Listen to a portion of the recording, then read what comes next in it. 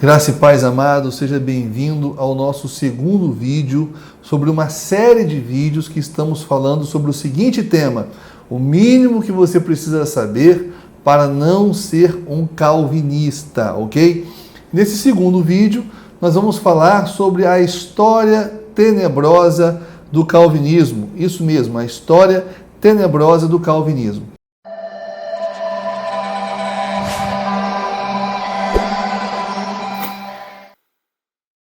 Nós falamos no nosso vídeo anterior, onde nós falamos sobre o dogmatismo carnal do calvinismo, nós falamos sobre o pressuposto calvinista, o pressuposto dogmático do calvinismo, que é a eleição de alguns para o céu e a eleição de outros para a condenação eterna, né? E da onde vem esse pressuposto? Esse pressuposto não foi uma invenção de Calvino. A origem desse pressuposto foi do maniqueísmo do século II. Isso é uma coisa que pouquíssimas pessoas têm ciência, né? A doutrina calvinista, ela tem muita semelhança com o maniqueísmo. E para quem não sabe, o maniqueísmo foi uma segunda versão do gnosticismo. Mani era gnóstico. Mani, que é o fundador do maniqueísmo, que cresceu muito, que tinha incursões missionárias, muitos adeptos, não foi um lunático que passou e não deixou história sim. O maniqueísmo influencia até a mentalidade, a forma de pensamento nos dias de hoje. Desenhos, filmes. Se você se aprofundar sobre esse tema, você vai ver o quanto o maniqueísmo influencia até os dias de hoje a cosmovisão que as pessoas têm sobre a vida, nos mais diversos aspectos, ok? E o maniqueísmo, Mani, ele se dizia quem? Se dizia o Paracleto, aquele que seria enviado por Jesus após a sua ascensão aos céus. E ele veio para pregar o quê? A gnosis. Ele veio para trazer a verdade que outrora foi revelada por Deus, primeiramente a Zoroastro, depois a Buda, depois Jesus, e que agora Mani vinha trazer para as pessoas uma revelação mais plena, mais completa daquilo que Deus queria mostrar à humanidade. Então, daí você já vê que Mani era uma pessoa totalmente herética, e isso foi condenado pela igreja primitiva como uma heresia. Realmente muitas pessoas foram mortas, inclusive, por causa da heresia maniqueísta. E, amados, o que ocorre? Agostinho, que foi o principal pai da igreja, no que diz a doutrina, né, a Igreja Católica Romana toda, o fundamento da tradição da Católica Romana, são os escritos de Agostinho. Foi o principal pai e filósofo da igreja, né? Teólogo e filósofo. E Agostinho, ele era maniqueísta. Antes de se converter, Agostinho ficou 9 anos no maniqueísmo. E o próprio Agostinho diz isso, né? E Agostinho trouxe para a sua doutrina muito do maniqueísmo. O maniqueísmo, que era dualista, acreditava naquela questão do bem e do mal, como um conflito, né? E desse conflito é que o mundo surgiu, as pessoas surgiam, então você tinha o espiritual, que era o bem, o material, que era o mal, tudo que era material era mal, que isso já é uma coisa que os gnósticos já diziam, eles até negavam a ressurreição de Jesus e que Jesus veio em carne, porque se Jesus estivesse em carne ele seria mal. Isso é uma coisa antiga, não era uma coisa nova, e Mani trouxe isso para dentro do maniqueísmo, né? Isso passou também para Agostinho. O problema é que o determinismo maniqueísta, que acreditava que esse bem e o mal, esse conflito determinava todas as coisas, e que nós ficamos refém, né, do que esse conflito determinava, nós não tínhamos livre-arbítrio, né? Esse determinismo vem de Mani, aquela coisa de destino, né? Ah, se tiver que ser, vai ser. Você vai andar de avião, se for o dia da tua morte, você vai morrer. Se não for, você não vai morrer, como se já tivesse um destino, algo pré-determinado. Esses são exemplos de maniqueísmo nos dias de hoje, mostrando como as pessoas ainda pensam de forma maniqueísta, porque essa questão de destino, isso não existe na Bíblia. Você pode catar a Bíblia toda que você não vai ver. Não é assim que funciona, não é essa a verdade. Mas eu vejo muitos cristãos pensando de uma forma maniqueísta. E Agostinho, ele fortaleceu isso, trouxe isso para dentro do cristianismo. Agostinho, ele foi a ponte entre o maniqueísmo e o cristianismo, que em sua época já não era um cristianismo muito bom, já era um cristianismo um tanto quanto pagão, né? Muitos poucos sabem disso também. O cristianismo de Agostinho era um cristianismo pagão e Agostinho era um herege também. Eu sei que eu vou mexer com muitas pessoas aí que gostam de Agostinho, mas infelizmente eu tenho que dizer isso. O estudo aqui não é sobre Agostinho, então não vou me estender e tentar explicar essas heresias, mas ele era um herege, ele era milenista e ele trouxe esse maniqueísmo para dentro da igreja do cristianismo, ok? A única diferença entre Mani e Agostinho é que enquanto o determinismo de Mani era um determinismo dualista, ou seja, o bem contra o mal, o determinismo de Agostinho era um determinismo monista, ou seja, o bem e o mal eles não estavam em conflitos, mas o mal estava em harmonia com o bem para trazer essa ordem cósmica que determinava todas as coisas. Então, todas as coisas aconteciam a partir de uma ordem cósmica, onde o mal servia o bem e o bem servia o mal. Eu não sei quem foi que fez a coisa pior, se foi Mani ou se foi Agostinho, né? Isso é uma das heresias de Agostinho. Quem não achar que isso é heresia, realmente fica complicado, né? Não entende, nem leu Agostinho para entender. Geralmente os historiadores e teólogos, eles falam do primeiro Agostinho e segundo Agostinho. Por quê? Porque Agostinho teve uma fase da vida dele em que ele produziu muito conteúdo bom. Mas principalmente na parte final da sua vida, quando ele se tornou mais velho, ele falou muitas bobagens, né? Ele falou muitas coisas que contradiziam até aquilo que ele falara no início, né? Ele entrava em contradição. Então Agostinho realmente não contribuiu de forma satisfatória para o cristianismo durante o tempo em que ele viveu, não. Muito pelo contrário. Muito do que você vê hoje na tradição do cristianismo, o responsável, o fundamento é em Agostinho. E apenas para ler aqui o que alguns autores falaram sobre ele, para ficar mais claro, por exemplo, Kanlun Edwin Lee, que é um historiador, né, que tem livros publicados, ele fala o seguinte a respeito disso, ele diz assim: uma vez que ele começou a responder à visão maniqueísta em relação ao macrocosmo, ele, Agostinho, ele não pôde evitar a questão do determinismo. Em sua proposta alternativa, a ordem cósmica divina, Agostinho teve que abordar a questão do que, em última instância, determina o lugar de um indivíduo na ordem universal. Uma vez que quanto mais profundamente alguém está ligado ao mal, menos ele é capaz de controlar o destino de alguém. A crença na inevitabilidade do mal pessoal implicaria, então, uma visão de que a determinação é feita pelo Deus que ordena o cosmos, ou seja, é Deus que ordena todas as coisas. Expressando na linguagem da predestinação, esta visão significa que Deus tem o poder de eleger da massa dâmata, né, que quer dizer da massa condenada, aqueles que recebem a salvação e deixar o resto na condenação. Ou seja, o pressuposto maniqueísta, porque Mani acreditava nisso, né, que existiam os eleitos, essa questão de eleitos começa com Mani, e os ouvintes. Os eleitos eram aqueles que conheciam, tinham acesso a gnoses e através de uma vida ascética conseguiam a purificação. Já os ouvintes, não. Os ouvintes eles não tinham essa possibilidade, porque a gnose, a revelação não foi destinada a eles. Então esse pressuposto calvinista, na verdade, vem do pressuposto, é uma outra roupagem, é um outro nome, é uma outra forma de trazer para dentro do cristianismo um pressuposto gnóstico, um pressuposto maniqueísta, que divide entre eleitos e ouvintes, eleitos e réprobos, né? Dentro de uma linguagem calvinista agostiniana. Então Agostinho traz esse pressuposto também para dentro da sua doutrina cristã, porém com uma outra roupagem. Tá?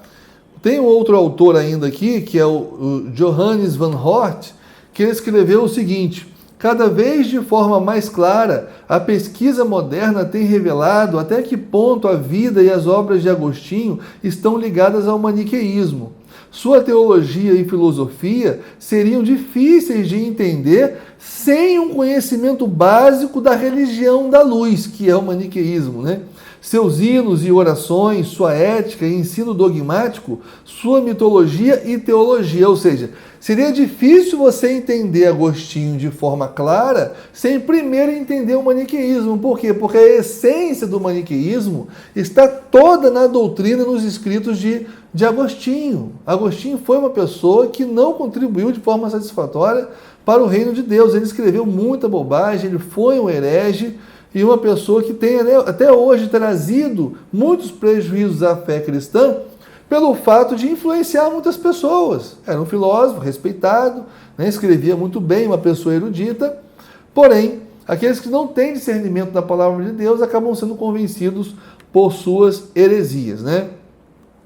E essa questão da dupla predestinação, de que Deus mandou uns para o inferno, mandou a maioria das pessoas para o inferno, porque quis, só por causa da sua glória, né? E uma minoria ele elegeu para a salvação, ele codificou isso, ele colocou isso em papel, escreveu sobre isso, não foi nem motivado pelo maniqueísmo, que já existia dentro de si. Foi motivado por causa do seu debate com Pelágio. Pelágio era um herege também da época, que não acreditava na herança do pecado, achava que o homem nascia sem pecado e ele podia ficar sem pecar, né?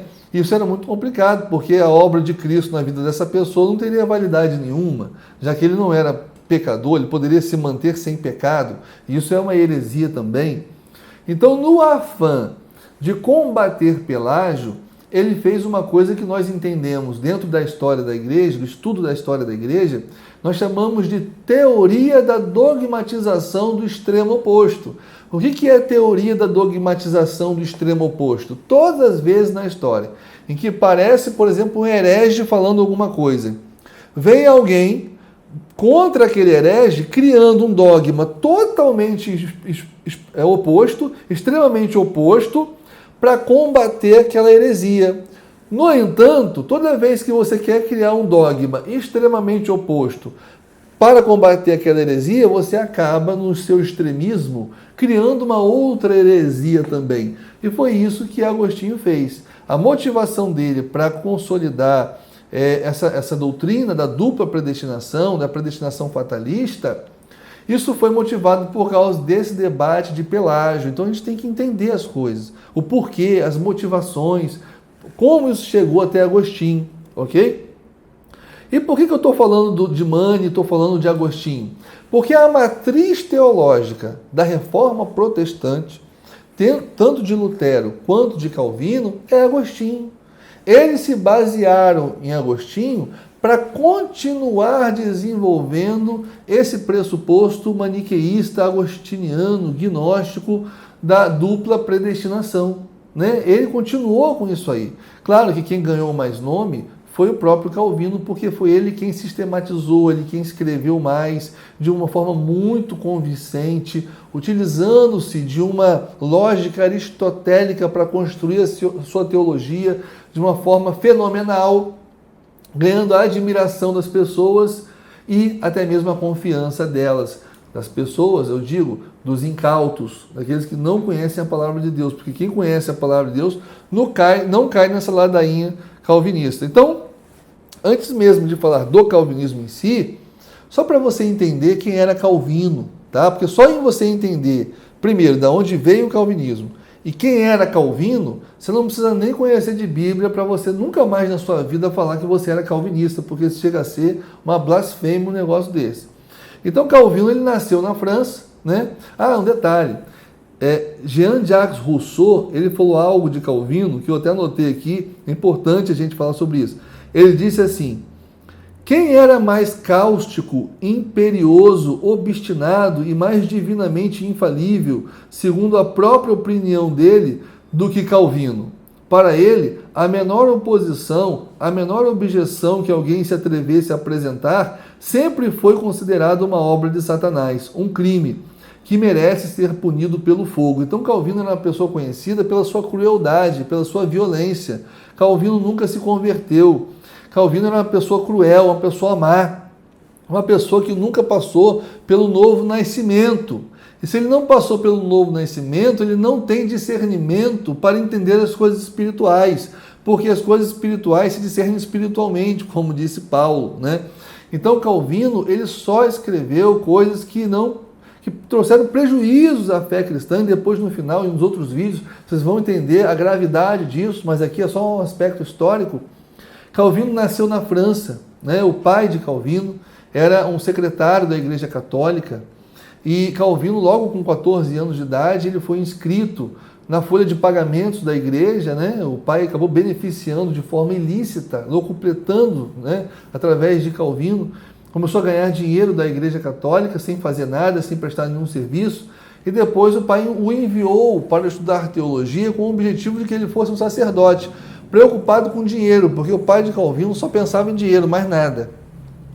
E Calvino estudou até seus 20 e poucos anos de idade teologia, quando então o pai o enviou para estudar direito, arguindo que o direito lhe daria melhores condições de vida, lhe daria mais dinheiro. Isso o próprio Calvino declarou a respeito do seu pai. E mesmo após de convertido ao protestantismo, após de conhecer pessoas em Paris, né, que eram protestantes, e ele acabou se simpatizando com aquele movimento, ele se converteu não a Jesus, ele se converteu ao protestantismo, e mesmo um ano depois de convertido, ele continuou recebendo dinheiro da Igreja Católica. Ele não renunciou às verbas que ele se locupletava, né? Ele continuou recebendo esse dinheiro. Somente um ano depois é que ele foi lá e pediu demissão, porque isso já estava sendo falado, já estava sendo um motivo de fofoca no meio da cidade. Após a perseguição, ele vai para Genebra. Perseguição aos protestantes. Ele vai para Genebra, e lá em Genebra ele é convidado para tomar assento em algumas cadeiras no governo, né? E logo depois ele se torna o Papa de Genebra. E quando ele se torna o Papa de Genebra, vamos dizer assim, ele manda em Genebra, ele passa a ser um juiz, um presidente de uma assembleia, né, o consistório.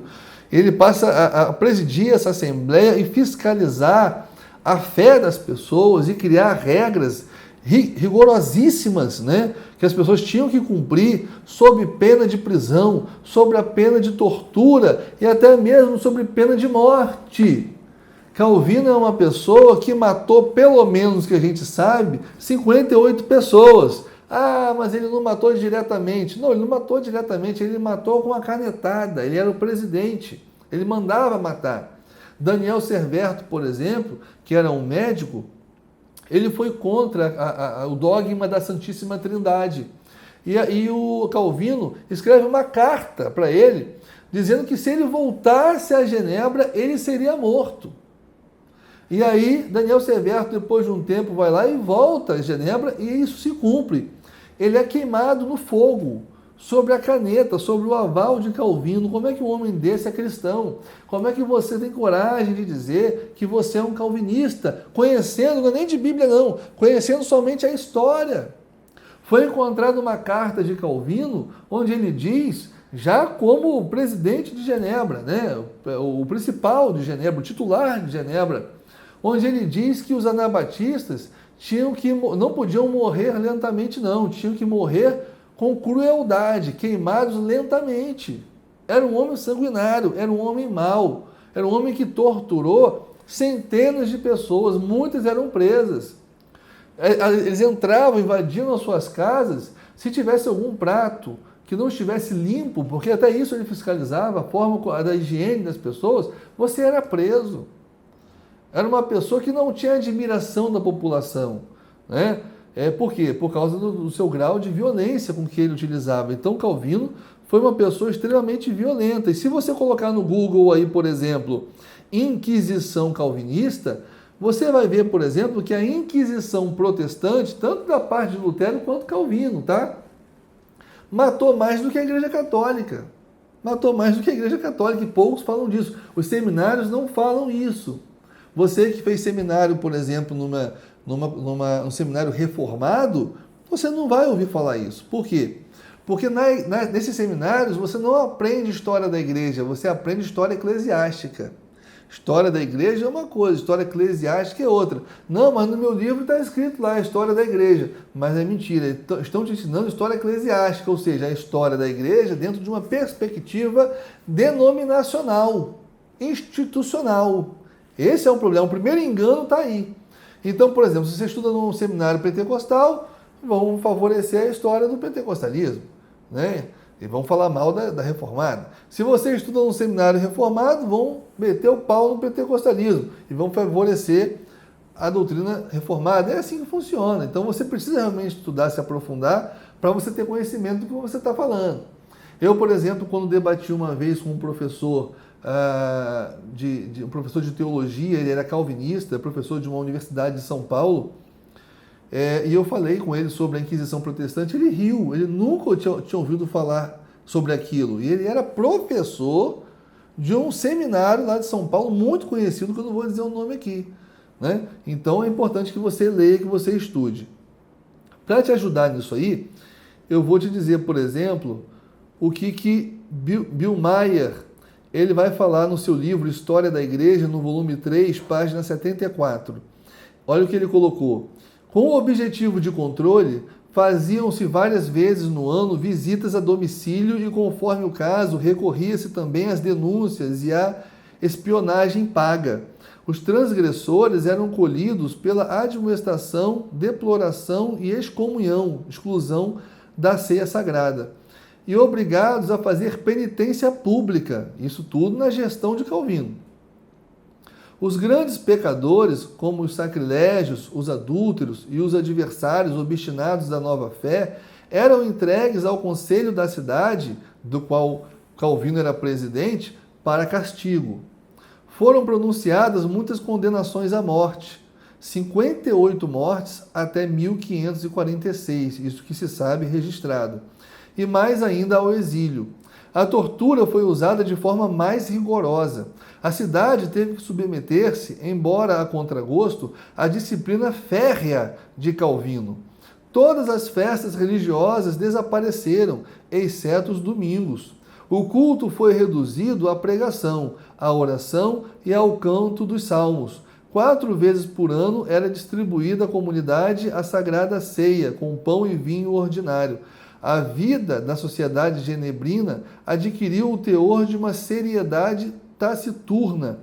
As vestes de luxo, os bailes, os jogos de cartas, o teatro e divertimentos semelhantes eram severamente condenados. Olha o que Calvino fez, o cara era louco, né? Naturalmente, a teocracia instaurada por Calvino, teocracia que ele chama, hein? Com tanta habilidade e energia, não persistia sem adversários. Os velhos fautores da liberdade e a alegre aristocracia genebrina julgaram por demais opressor o jugo religioso, mas ele os reduziu ao silêncio mediante duras punições. Outras dificuldades foram suscitadas contra a sua teologia, mas soube dominá-las todas, ou seja, o calvinismo se expandiu assim, amados. Todo mundo que tentava contrapor o calvinismo era punido. Por isso que o calvinismo tomou, porque senão tinha morrido ali mesmo, né? O médico Jerônimo Bolsec, monge carmelita, apóstata, proveniente de Paris, que ousara sublevar-se contra a doutrina de Calvino sobre a predestinação, foi exilado em 1551. O humanista e médico espanhol Miguel Severt, que Calvino tinha denunciado antecedentemente à Inquisição de Leão, foi queimado vivo em 27 de outubro de 1553 por ter negado o dogma da Santíssima Trindade. Em 1555, Calvino havia conquistado a vitória sobre todos os seus inimigos. Nenhum pôde mais abalar-lhe a posição de ditador religioso e, em certo sentido, também político. Na sua Roma protestante, onde afluíram os emigrados protestantes da França, da Itália e da Inglaterra. Então as ordenanças foram atuadas plenamente e ao mesmo tempo aperfeiçoadas. Amados, esse era o Calvino. Calvino era um ditador, era um homem sanguinário que matava, torturava, exilava, prendia todos aqueles que eram contra o seu comando, a sua ordem, o seu autoritarismo, né? A sua violência, a sua estupidez, na verdade. E as pessoas ficam batendo no peito falando, eu sou calvinista, ou seja, a pessoa que fala isso é uma pessoa totalmente alienada, que não entendeu nem de onde veio o calvinismo, deveria ter vergonha de falar isso. E quando foi a ascensão do calvinismo? Não foi nesse período, né? Porque o governo era calvinista. Todo mundo que trabalhava para o Calvino era calvinista. Se você não fosse calvinista, você morria. Então todo mundo era calvinista. Agora, a população não. A população tinha muita resistência contra Calvino e contra a sua política e contra a sua teologia. Mas a população não tinha voz. Só quem tinha voz era o governo, porque a igreja de Calvino era uma igreja estatal. Né? Assim como também Constantino estatizou o cristianismo no século IV, Calvino fez a mesma coisa, né? No século XVI. Então, o calvinismo ele só foi realmente ser considerado uma doutrina e foi crescer a partir do momento em que os arminianos, que eram aqueles que se contrapunham a Calvino, né? Os discípulos de Armínio, que outrora era calvinista também, mas foi estudar para debater com uma pessoa e ao estudar a Bíblia ele acabou vendo que o calvinismo estava equivocado e começou a se contrapor ao calvinismo. Então, os discípulos de Armínio, eles fizeram uma reunião, isso no século XVI, no século XVII, né, em 1610, eles fizeram uma reunião, 46 ministros, né, arminianos se reuniram e fizeram uma remonstrância, ou seja, um protesto, onde eles estabeleceram ali 5 pontos que ficaram reconhecidos como os 5 pontos do arminianismo. Tá? E os calvinistas, para contrapor, né, esses 5 pontos do arminianismo, fizeram uma contra-remonstrância, um contra-protesto, onde eles fizeram ali pela primeira vez os 5 pontos do calvinismo. Nessa época, tanto Calvino quanto Armínio já haviam morrido, né? Porém, os 5 pontos do calvinismo se tornaram o calvinismo que é o calvinismo de hoje, é o mesmo calvinismo, mas é um calvinismo ainda mais radical que a própria teologia de Calvino. O próprio Calvino não concordaria com o calvinismo de hoje. Eu vejo o pessoal falando aí, sou calvinista, não sabe nem o que está falando. Nem Calvino concordaria com você. Por exemplo, expiação limitada. Nós vamos fazer um vídeo só sobre isso. Mas eu vou já adiantar. Expiação limitada, que Jesus só morreu por poucos. A maioria, Jesus não morreu, não. Calvino não concordava com isso. Calvino acreditava que Jesus morreu por todos. Mas o calvinismo que veio depois não tinha sequer concordância do Calvino, daquilo que Calvino escreveu. Se você realmente quer ser um calvinista, a primeira coisa que você tem que fazer é ler as Institutas, aquilo que Calvinismo escreveu, senão passa a ser até uma coisa desonesta da sua parte. Né? Então, esses 5 pontos começaram a ser a base do calvinismo moderno. Tá? Que 5 pontos são esses? Eleição incondicional, graça irresistível, expiação limitada, depravação total e perseverança da salvação, que eu vou fazer um vídeo para cada ponto desse, refutando-os à luz das Escrituras Sagradas, ok? Por isso que vocês devem acompanhar os vídeos aí para vocês aprenderem, tá? E aí, amados, mais na frente, os ministros arminianos, eles fizeram um novo escrito, né? Chamado Opiniões da Remonstrância. E eles começaram a escrever de forma mais detalhada toda a doutrina que passou a ser considerada aquela doutrina mesmo arminiana, né? Raiz. E essa disputa entre arminianos e calvinistas instigou a curiosidade, né, do governo e eles acabaram decidindo fazer uma reunião para definir a situação. E aí criaram o Sínodo de Dort, em Dordrecht, né? E lá no Sínodo de Dort tinha ministros delegados arminianos e delegados calvinistas. Mas no momento em que foi começar o sínodo, o que aconteceu? E você não vai aprender isso no seminário. O governo, as autoridades, substituíram os ministros delegados arminianos por delegados calvinistas. Então, os arminianos não tiveram voz nesse sínodo de Dort. Só teve voz quem? Os delegados calvinistas. Muito pelo contrário, os arminianos eles foram colocados nesse sínodo, que nem era o objetivo dele, o objetivo era debater a doutrina, eles foram colocados nesse sínodo como réus e foram condenados. Mais de 200 delegados arminianos foram exilados, foram punidos por acreditar na doutrina arminiana contra a doutrina calvinista. Quem conhece a história, quem quiser pesquisar mais a fundo, entender os bastidores do sínodo de Dort, foi a coisa mais vergonhosa, mais covarde que já existiu na história da igreja, né? A fraude calvinista estava presente ali. Quer dizer, os calvinistas, com o espírito de Calvino, o mesmo espírito cruel, né? Vacilante, pecador, violento, fizeram isso aí.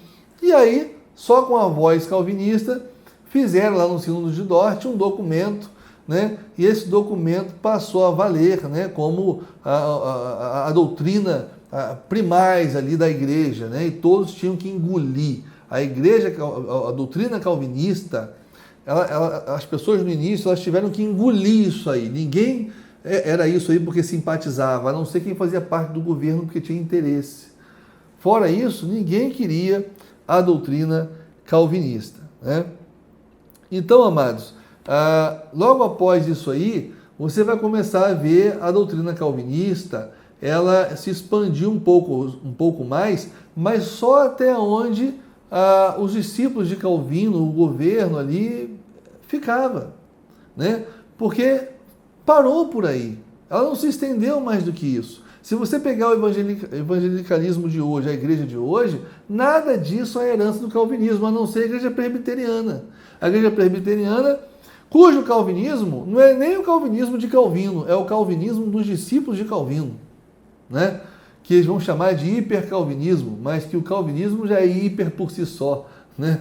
Enfim, mas esse período da Reforma Protestante que foi marcado por essa crueldade, por essa violência, por essa Inquisição protestante, tanto por parte de Lutero, que no final queria até matar todos os judeus, né? Até por isso ele quis fazer. Como por Calvino, os historiadores vão chamar esse período da Reforma Protestante de ortodoxia morta, ou seja, havia uma briga pela verdade, uma disputa pela verdade, mas a piedade, o amor, a santidade não se via nesses homens. Esses homens não praticavam o que eles pregavam. Mas quando eu leio Calvino eu acho lindo. Lindo só no papel, porque na prática Calvino não era aquilo ali. Ele era contra tudo aquilo que ele pregou.